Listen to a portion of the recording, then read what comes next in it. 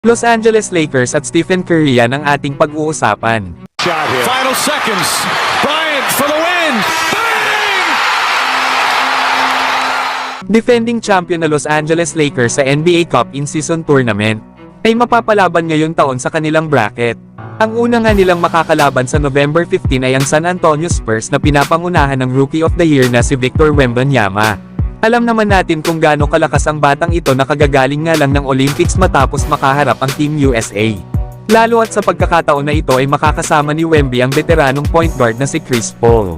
Kaya panigurado na lalong lumakas ngayon ang kupunan ng San Antonio Spurs.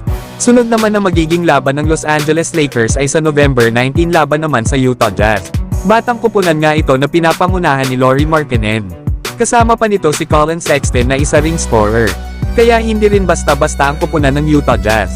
Pagdating naman ng November 26 ay makakaharap naman ng Lakers ang contender team na Phoenix Suns. Makakalaban nga dito nila Davis ang kanilang mga ka-teammates sa Team USA na sila Devin Booker at Kevin Durant. Bukod nga sa dalawang star player na ito ay andyan din sila Bradley Beal at ang mga role players na sila Grayson Allen at Tyus Jones. Kaya mahihirapan din talaga ang Los Angeles Lakers sa Phoenix Suns na mga scorer nga ang mga ito. At ang panghuli naman na makakaharap ng Lakers ay ang OKC Thunder na number 1 seed sa West last season.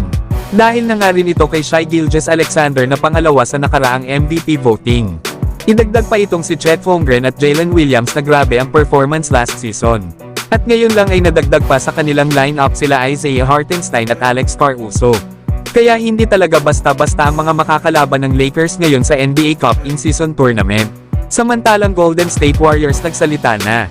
Lalo at gusto ng mga fans na magsama sila LeBron at Curry sa iisang kupunan sa NBA. Kaya naman nagsalita na ang Golden State Warriors at sinabi na wala daw silang balak na hayaan si Stephen Curry na maglaro para sa ibang kupunan. Lalo at ang kanilang organization ay nakahanda na gawin ang lahat para manatili na competitive sila. Alam naman daw natin na nalalapit na ang pagtatapos ng career ni Curry para sa basketball career nito sa NBA. Kaya naman ay gusto pa rin daw ng Golden State Warriors na manalo ng championship kasama ito bago man lang ito magretiro. Si Stephen Curry nga ay pinili ng Warriors noong 2009 bilang 7 overall pick. Lalo at nung mga taon na yon bago pa lang ito maglaro sa NBA. Ay kilala na ito bilang isang mahusay na ball handler at shooter sa college. Nasa 15 years nga nito sa NBA ay may average itong 24 points, 4 rebounds at 6 assists per game. Na meron naman itong 47% shooting. Na kung saan ay meron na itong 4 na championship, isang 10-time All-Star at 2-time scoring champion. Lalo at meron din itong 2 MVP awards sa regular season at isang finals MVP. Higit sa lahat sa bago nitong achievement ay nakuha na nito ang kulang sa kanyang career kundi ang manalo ng gold medal. May 2 taon pa nga si Stephen Curry sa kanyang kontrata sa Golden State Warriors na nagkakahalaga ng nasa $114 million. Bagamat diguman sila na makapasok ng playoffs last season.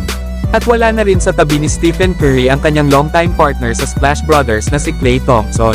Na ngayon nga ay nasa Dallas Mavericks na nga ito maglalaro next season. Ay andyan pa naman ang isa pa nitong matagal nang kasama sa Warriors na si Draymond Green at ang bagong addition na si Buddy Hield. Kasama na rin ang mga batang players ng kanilang kupunan. Ay malaki pa rin ang chance na maging contender pa rin ang kanilang team sa darating na season. Pero kayo mga idol, ano ang masasabi nyo dito?